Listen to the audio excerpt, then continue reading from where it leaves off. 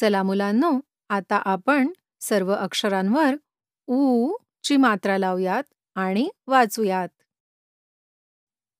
कू, खू, गू, घू, चू, छू, जू, झू, टू, ठू, डू, ढू, नू, तू, थू, दू, धू, नू, पू, फू, बू, भू, मू, यू, रू, लू, वू, शू, शू, सू,